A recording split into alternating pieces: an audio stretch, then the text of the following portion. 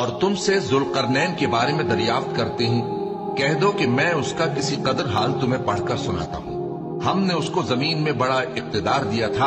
اور ہر طرح کا سامان اس کو عطا کیا تھا، تو اس نے ایک سفر کا سامان کیا، یہاں تک کہ جب سورج کے غروب ہونے کی جگہ پہنچا تو اسے ایسا پایا کہ ایک کیچڑ والے چشمے میں ڈوب رہا ہے، اور اس چشمے کے پاس ایک قوم دیکھی۔ ہم نے کہا ذوالقرنین، تم ان کو خواہ تکلیف دو خواہ ان کے بارے میں بھلائی اختیار کرو، دونوں باتوں کی تم کو قدرت ہے۔ ذوالقرنین نے کہا کہ جو کفر و بدکرداری سے ظلم کرے گا اسے ہم سزا دیں گے، پھر وہ اپنے پروردگار کی طرف لوٹایا جائے گا تو وہ بھی اسے بڑا عذاب دے گا،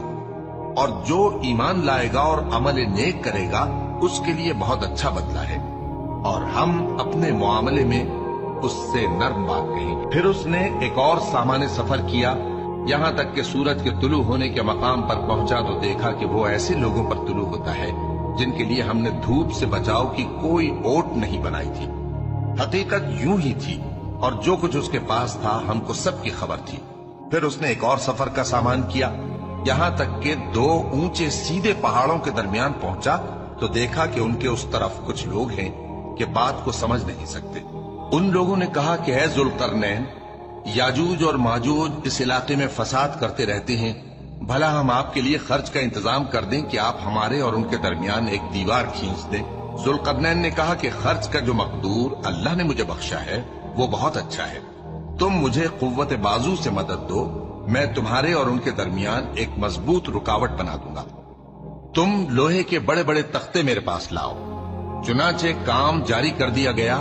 یہاں تک کہ جب اس نے دونوں پہاڑوں کے درمیان کا حصہ برابر کر دیا اور کہا کہ اب اسے دھوکو، یہاں تک کہ جب اس کو دھونک دھونک کر آگ کر دیا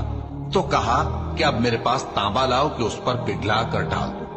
پھر ان میں یہ قدرت نہ رہی کہ اس پر چڑھ سکیں، اور نہ یہ طاقت رہی کہ اس میں نقب لگا سکیں۔ بولا کہ یہ میرے پروردگار کی مہربانی ہے، پھر جب میرے پروردگار کا وعدہ آ پہنچے گا تو اس کو ڈھا کر ہموار کر دے گا، اور میرے پروردگار کا وعدہ سچا ہے۔ اس روز ہم ان کو چھوڑ دیں گے کہ روئے زمین پر پھیل کر ایک دوسرے میں گھس جائیں گے، اور سور پھونکا جائے گا تو ہم سب کو جمع کر لیں گے، اور اس روز ہم جہنم کو کافروں کے سامنے لائیں گے۔